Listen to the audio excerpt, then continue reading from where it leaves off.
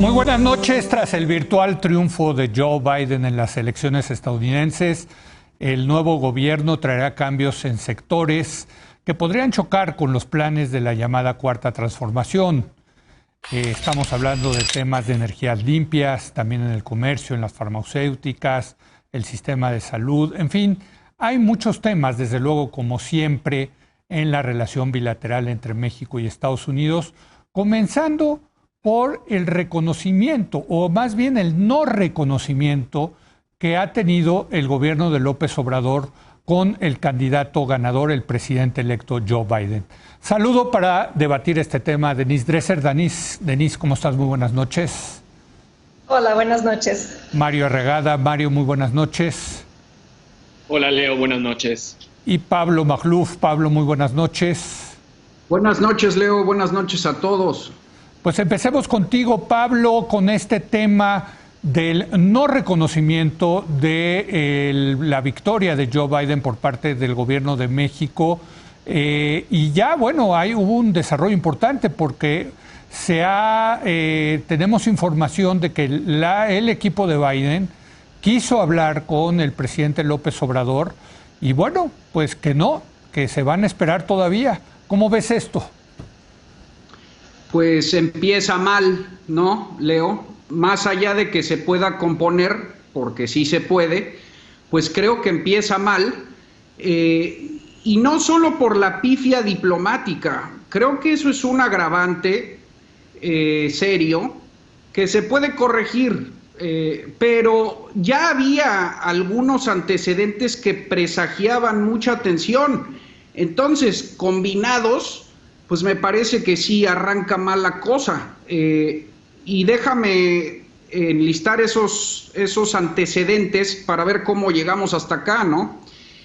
Primero, pues está la gran narrativa simbólica, digamos que Biden representa pues un cambio en el espíritu de los tiempos, ¿no? El regreso a las normas de la democracia liberal.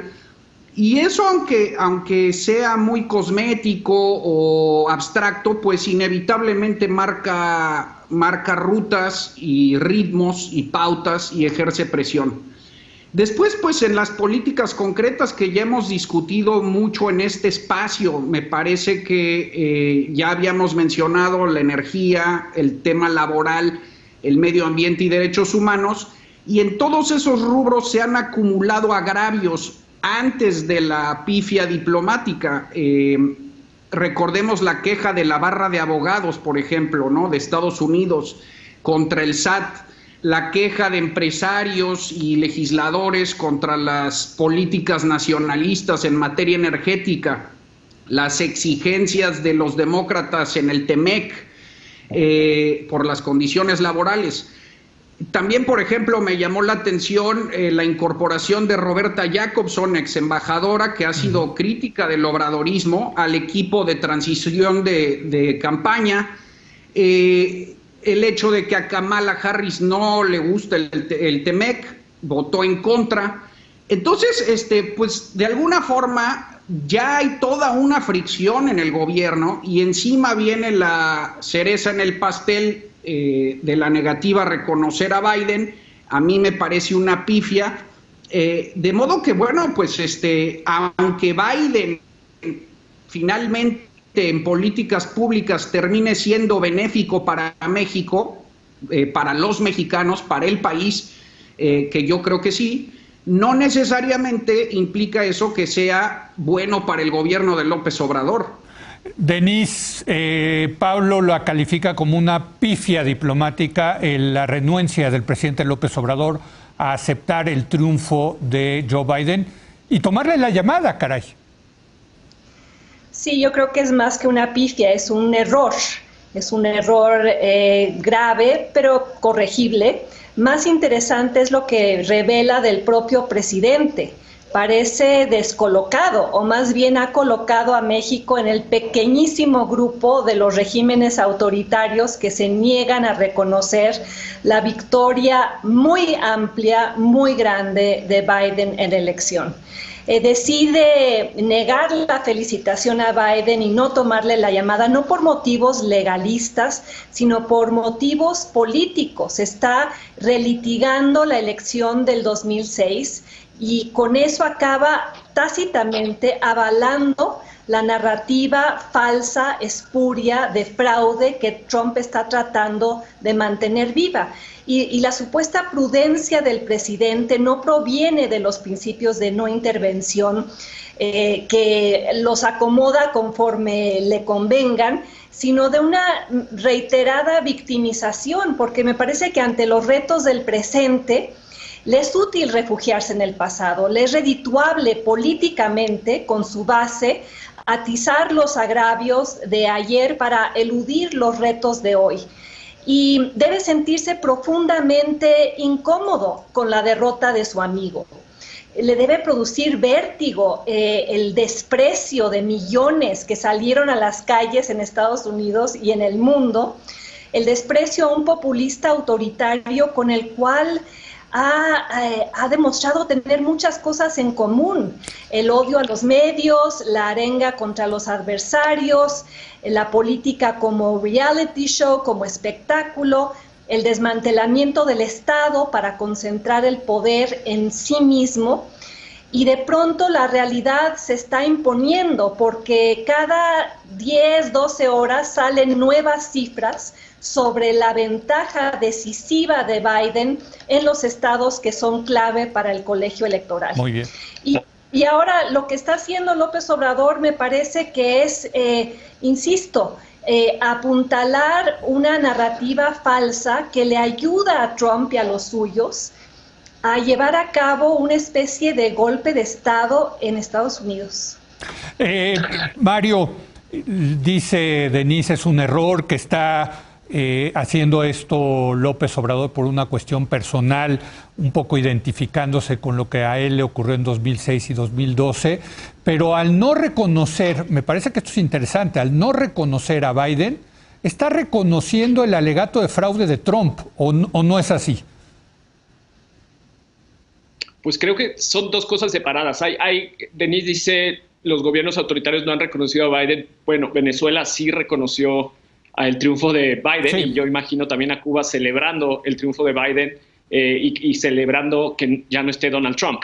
Entonces creo que no es un asunto de como bandos de autoritarios contra no autoritarios. Sin embargo, comparto la impresión de que esto es una torpeza diplomática y es una torpeza asociada a ciertos traumas históricos del presidente que tienen que ver con su propio recuento de votos del 2006 y lo que él asume que le ocurrió, que es su cerco mediático en aquellas épocas, que lo ve en Donald Trump y de alguna manera decide, por razones que no me explico, encuadrar su negativa a la no intervención, que es el derecho de cualquier Estado, y sobre todo se entiende que es para proteger estados en debilidad, para que después no te quieran intervenir a ti. Es un principio que está diseñado para proteger al débil, y si López Obrador quiere privilegiar eso sobre reconocer a un obviamente potencial aliado hacia el futuro, bueno, será su cálculo estratégico y tiene el derecho porque es el presidente. Yo no estoy de acuerdo, pero en lo que sí de plano es una torpeza es igualarse en estas cosas por sus traumas históricos, porque el mensaje no era para su base, era para un mensaje hacia el mundo, un mensaje hacia los estadounidenses y hacia los otros países, y nadie entiende esos traumas que tiene, porque más bien suena que él solito se compara y se iguala con Donald Trump. En ese sentido me parece, y comparto, que es una torpeza diplomática. Qué bueno que después la Cancillería clarificó que consideraba a Biden como el virtual ganador o el prospective winner, en los términos que dijeron, que luego les tradujeron mal. Pero luego se les filtró la información que estás diciendo al comienzo, Leo, sí, en el que no le levantaron la llamada a Biden. Eso me parece fatal. Hubieran podido tener perfectamente una llamada cordial para trabajar juntos en el futuro en los tonos que había hecho la Cancillería, y decidieron en vez de eso no conectar los teléfonos y además se les filtra la información. Yo creo que es lamentable lo que hemos visto ahí. A ver, ahora, desde luego hemos tenido 4 años de muchos sobresaltos con Donald Trump. Yo sí soy de los que piensa, Pablo, que ha sido un presidente no solamente malo para Estados Unidos, sino muy malo para México en los temas de migración. Nos obligó a renegociar el Tratado de Libre Comercio, en los temas de seguridad, en la retórica incendiaria, en fin. ¿Podemos esperar un cambio por el estilo personal de Trump al estilo personal de Biden, que es un político profesional, en la relación bilateral? Claro, desde luego. Justamente por eso decía que las tensiones y las pifias sí se pueden arreglar. Primero porque Biden pues no parece un tipo particularmente obcecado y trae todo este discurso conciliatorio, de decencia, de diálogo. Pues no creo que sacrifique la relación bilateral porque no lo felicitaron, ¿no? Lo cual sería justamente un berrinchito trumpista, y más bien puede aprovechar todas las agendas en común, particularmente las que comentas. Es muy interesante, por ejemplo, toda la oportunidad que se puede abrir en el tema de seguridad, ¿no? Biden tiene una agenda para restringir y controlar las armas, sobre todo de alto poder, rifles de asalto, que son las que más ensangrentan a México, ¿no? O también la posible legalización de ciertas drogas. Algunas agendas de los estados liberales en Estados Unidos la traen, eso también se puede aprovechar. En migración tengo mis dudas porque Biden fue el vicepresidente de Obama, que es el presidente más deportador en la historia. Sin embargo, también parece tener al menos una retórica más humanista, vamos, ¿no? Ahora bien, en México creemos que los demócratas son muy buena ondita, así como que por antonomasia, y no, se trata de un grupo de poder también que tiene su agenda y van a apretar las tuercas donde ellos quieren, justamente donde decíamos, en materia laboral, ambiental, de derechos humanos y energética, donde los intereses están contrapuestos al gobierno de López Obrador. Entonces, ahí puede haber mucha fricción. En todo lo demás me parece que puede haber una agenda en común y entiendo, según me han informado, Marcelo Ebrard tiene buena relación con ciertos sectores demócratas. Entonces esperemos que sea así, porque en esas agendas compartidas, pues desde luego que pueden prosperar, ¿no? ¿Tú cómo ves, Denise, la relación bilateral con un eventual presidente Joe Biden? Yo siempre aquí recuerdo la famosísima frase de John Foster Dulles de que Estados Unidos no tiene amigos, tiene intereses. Sí, los demócratas no necesariamente son mejores para México, pero lo que me queda claro es que México está mejor sin Donald Trump en la presidencia, porque a lo largo de los últimos 4 años no solo libró una sórdida guerra contra las instituciones y gobernó con una crueldad conspicua, fomentando el fanatismo y disfrutando la división, tuvo una buena relación con Andrés Manuel López Obrador, pero esa buena relación no se tradujo en beneficios para el país. Al contrario, y creo que una eventual presidencia de Biden sí va a entrañar un replanteamiento de la relación bilateral. En un artículo muy interesante, el ex embajador estadounidense Jeff buenísimo. Sí. Argumentó que se acabó la luna de miel que López Obrador pudo disfrutar con Trump. Ese quid pro quo, te doy lo que tú quieras, Trump, a cambio de que me dejes en paz en términos de temas que a mí me interesan en México, eso se acabó. Y creo que a México le conviene que se acabe, porque ¿qué sucedió en los últimos 4 años? El presidente estadounidense exigía y el presidente mexicano cumplía. Para llevar la fiesta en paz, Andrés Manuel López Obrador permitió la deportación masiva de mexicanos y centroamericanos, incluyendo niños sin padres, que hoy no encuentran a sus padres, hoy hacinados en refugios insalubres y peligrosos a lo largo de la frontera. Permitió que en los hechos México se convirtiera en tercer país seguro, aceptando lo que nunca había aceptado, que fue el retorno de quienes estaban esperando que se resolvieran sus peticiones de asilo en Estados Unidos, permitió que Trump encarcelara, persiguiera, humillara y deportara a nuestros connacionales sin respingar siquiera. Hubo un silencio lamentable en torno a esos temas y nos convertimos, más aún de lo que habíamos sido en tiempos pasados, en tapete, nos erigimos en muro antimigrante, nos volvimos los policías del populismo racista.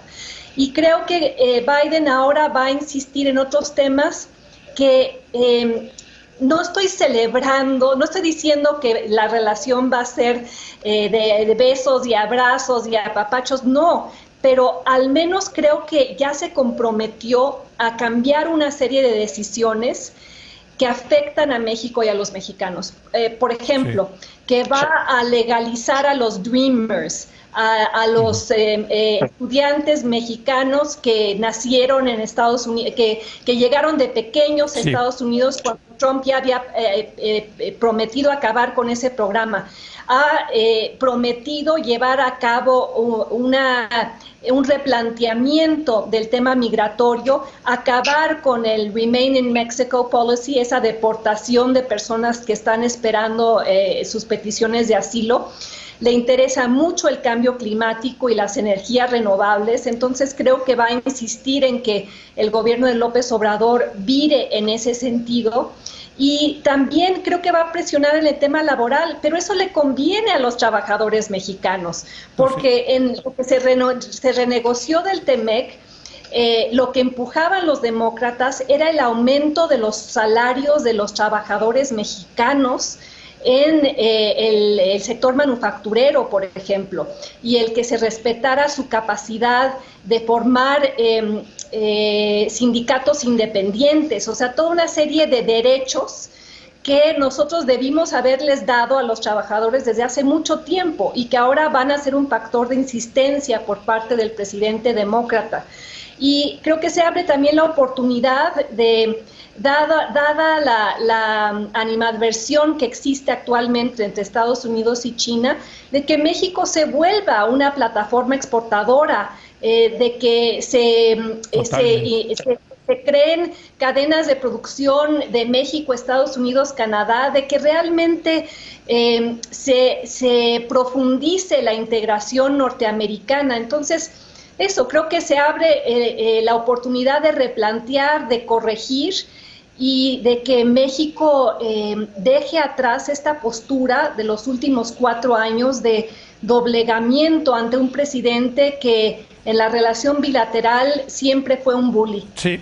Ahora, yo tengo, y qué bueno que mencionas el artículo de Jeffrey Davidow este fin de semana en el periódico Reforma. Si alguien sabe de las relaciones bilaterales, es el ex embajador de México que escribió este libro magnífico, creo que se llama El oso y el puercoespín. Pero yo sí creo, Mario, que al final del día López Obrador sí logró algo importante con Donald Trump y fue apaciguarlo. O sea, a un costo quizá muy alto. Pero, por ejemplo, este 2020 México no fue tema de la campaña de Trump. Entonces, pues si la estrategia era apaciguar al bully, pues yo creo que lo apaciguó, ¿no, Mario? Pero como dices, Leo, ¿a qué costo? Y además, apaciguar es lo mismo que estructurar una relación. A ver, perdón. Sí, no, es que tienes razón, a un costo muy alto. Pero la pregunta es el contrafactual, ¿cuánto nos hubiera costado enfrentar al bully? Pero en fin. Bueno, se aprobó el nuevo Tratado de Libre Comercio, que era una de las grandes preocupaciones de la administración anterior y de la actual. Sí. Y eso es lo que podemos suponer se obtuvo a cambio de ceder en las otras cosas. La verdad es que yo creo que después de que se aprobó el tratado ya hubiéramos podido tener una política exterior un poquito más valiente, un poquito más sólida y fuerte. Y también lo que iba a decirle es que apaciguar al bully está bien si es un plan de corto plazo, pero no puede ser un plan de largo plazo para un país del tamaño de México. Y ahora se abre una oportunidad para sí tratar de reestructurar esta relación, modernizarla. Y en general estoy de acuerdo con lo que dicen Denise y Pablo en términos de los puntos específicos de la agenda, excepto en pequeñas cosas que ahora anoto, como notas al pie a lo que dijeron. Sí. Pero antes quiero decir que nos vamos a tener que acostumbrar a lidiar y esto me refiero a México, pero también al mundo entero, pero particularmente México y Canadá, los vecinos, y el Caribe, en fin, a un Estados Unidos dividido, debilitado internamente, totalmente, más incierto, aguas más difíciles de navegar, inestabilidades potenciales, incluyendo que Trump deje un sucesor o tenga una reverberación que sea todavía más hábil y maquiavélica en su manera de movilizar el voto conservador y encontrar otras maneras de que esta xenofobia campee y se solidifique en Estados Unidos. Tenemos que tener un plan de contingencia para eso, como parte de nuestra política internacional. Vamos a tener que preocuparnos también por los demócratas, que yo creo que se van a mover un poco al centro porque pues, están ganando con un margen apretado. Y todas las promesas, por ejemplo, no solo con los Dreamers, sino con los 11 millones de migrantes que prometió Biden en un movimiento a la izquierda de lo que fue Obama. Para cumplir esa promesa necesita el Congreso, necesita no moverse tanto al centro, y no me queda claro, México tiene que mantener un ojo al gato y uno al garabato en ese tema, no va a ser automático. También creo que vamos a tener que lidiar con una relación más institucional con Estados Unidos, un poco como lo que decía Denise y lo que decían en tu mesa del lunes, Leo, con una agenda más amplia y más compleja, y una red de actores también más amplio y más complejo. Ya no va a ser solo caerle bien a Jared Kushner, como fue el estilo de gobernar casi familiar, plutocrático y casi patrimonialista de Donald Trump, en el cual si no pasabas por el yerno, nada funcionaba, y esa es la última palabra. Ese tipo de relación personalizada, patrimonialista, ya se acabó y se va a institucionalizar, y eso requiere una diplomacia más hábil, más estructurada, más organizada, que no cometa el tipo de FOPA como los que vimos hoy, ¿no? Tenemos que prepararnos para ese tipo de relación. Vamos a tener que también reinstalar a México en la agenda internacional estadounidense, porque como ha señalado muy atinadamente Sergio Silva Castañeda, me parece que él lo dijo, entre otros, es que por el momento México es un asunto de política doméstica en Estados Unidos sobre todo. Existimos en un área mental que tiene que ver con sus mexicanos allá, que si el voto latino existe o no existe, que si se dividió o no, que si los bad hombres, pero no es un asunto de política internacional para los estadounidenses. Y eso es un problema profundo para México. No queremos ser un asunto de política doméstica para Estados Unidos. Queremos ser un actor internacional y que tengamos un rol en el mundo en el cual negociemos con Estados Unidos ese rol. Y México necesita hacer algo que no ha hecho hasta ahora. Por eso digo que es una oportunidad este momento, pero una oportunidad llena de retos. Yo no creo que la relación con Trump fue buena y ahí pues lo manejamos. La verdad es que creo que nos dejó en el piso. Ya veníamos de una historia, de una mala relación con Estados Unidos en términos históricos, y yo creo que ahorita estamos en el fondo de esa pendiente de mala relación con Estados Unidos, por todo lo dicho, y ahora es la oportunidad para darle la vuelta, pero con todos estos retos. No es el mismo Estados Unidos de antes. Es un mundo que se multipolariza también, así que va a estar muy interesante. Y en los puntos específicos estoy de acuerdo con mis colegas. Lo laboral y lo ambiental, nuevos temas para la relación bilateral, y qué bueno. También hay que reinventar la cooperación con seguridad tras Cienfuegos y todo este trajín. Qué bueno que se reinvente la cooperación en seguridad, porque no ha funcionado hasta ahora. Anticorrupción, ojalá ambos lados se la tomen en serio y pongan los actos donde están las palabras. Nuevos temas en derechos humanos, yo creo que a eso le añado a lo que dijeron mis colegas. Yo creo que género y minorías étnicas fueron tan importantes para la agenda estadounidense y el triunfo de Biden, que no me sorprendería que lo hagan asunto de política exterior. Y me parece también muy bien.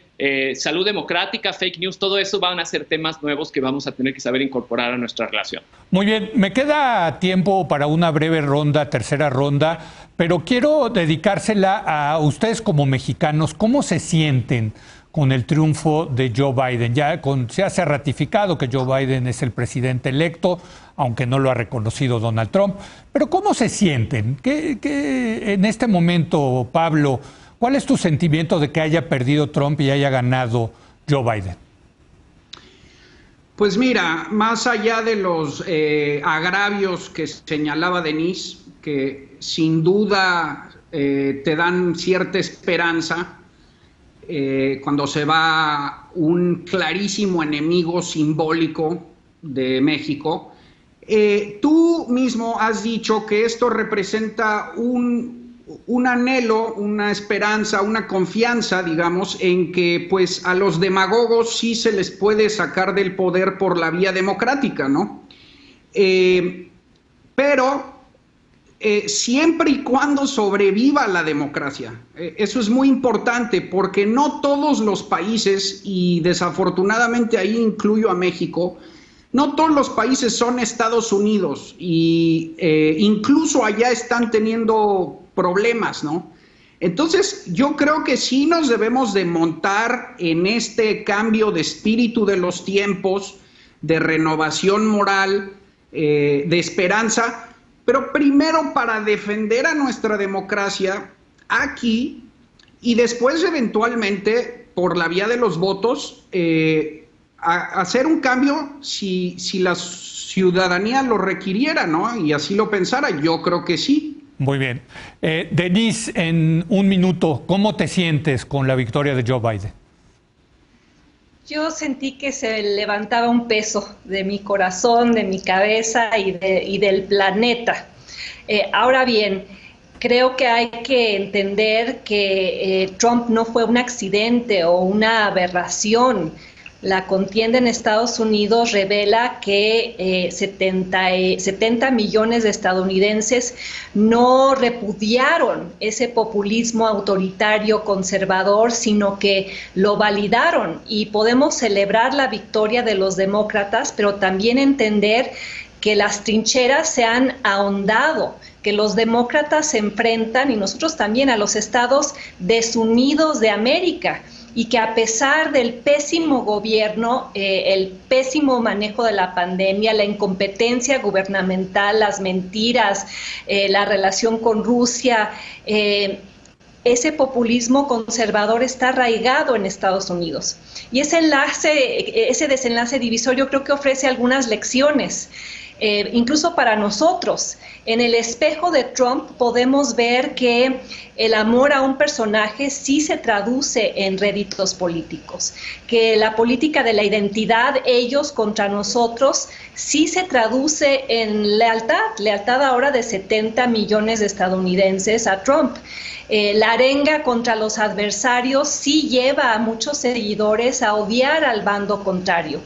Y que la adoración a un hombre produce resultados políticos que hoy Trump se perdió, pero sabe que tiene una base viva ahí. Sí. Entonces, esa polarización resultó útil, pero también muy costosa, porque engendra países como Estados Unidos hoy, enemistados, enfrentados, incapaces de llegar a acuerdos que beneficien a la ciudadanía en general y no solo a una base electoral. Produce divisiones impermeables y guerras civiles de baja intensidad entre bandos peleados. Y también, como en el caso de Trump, pues sí puede llevar a la derrota de quienes se dedican a dividir y a destruir, y creo que hay que aprender de eso. Mario, ¿cómo te sientes como mexicano y en lo personal con la victoria de Joe Biden? Estoy contento, creo que un gobierno de Joe Biden es mejor, sin duda, pero estoy asustado. Creo que eso lo describe mejor mi sentimiento como mexicano, porque estoy viendo cómo se derrumban mitos de los cuales México en muchos sentidos ha dependido muchos años. Siempre hemos creído que Estados Unidos es el epítome de la democracia liberal. Estados Unidos tiene un plan para sí mismo muy claro y nuestro desarrollo está conectado con Estados Unidos. Y siento que hay varios de esos temas que estamos viendo hoy desarmarse. Por eso me siento asustado porque estoy viendo cómo el sistema electoral gringo está dejando mucho que desear, la inestabilidad es un problema, como decía Fareed Zakaria ayer, me parece, la ruta que está planteando Donald Trump para quedarse en el poder es brutalmente antidemocrática.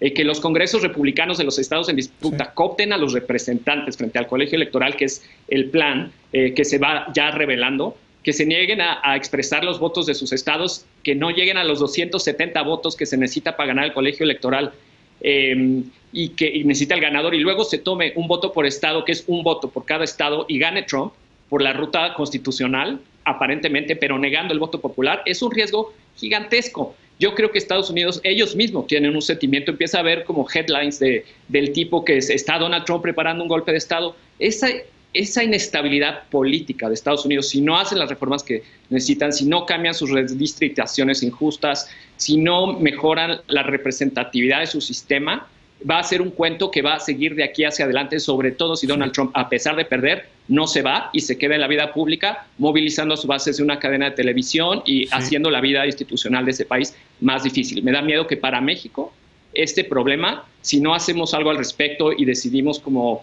revisitar todas nuestras creencias sobre esta relación, nos puede generar más problemas en el futuro. Por cierto, yo también vi el video de Fareed Zakaria donde dice el caminito que está buscando Donald Trump. Y hay un aspecto que no toca, ¿cuál sería la reacción de los demócratas, ¿no? Frente a que se quedara con la presidencia de esa manera. Y el resto del planeta, esa chicanada, Leo, no creo que rusos, digamos, chinos, ni canadienses, ni mexicanos se queden muy tranquilos tampoco. Bueno, pues en fin, pero les agradezco mucho. Gracias, Denise, Pablo, gracias. Mario, muy buenas noches. Gracias a todos. Voy a hacer una pausa y regreso con el experto en comunicación política, Luis Estrada, para platicar, para hacer una reflexión de qué tienen que hacer los medios de comunicación cuando un presidente miente. Regresamos.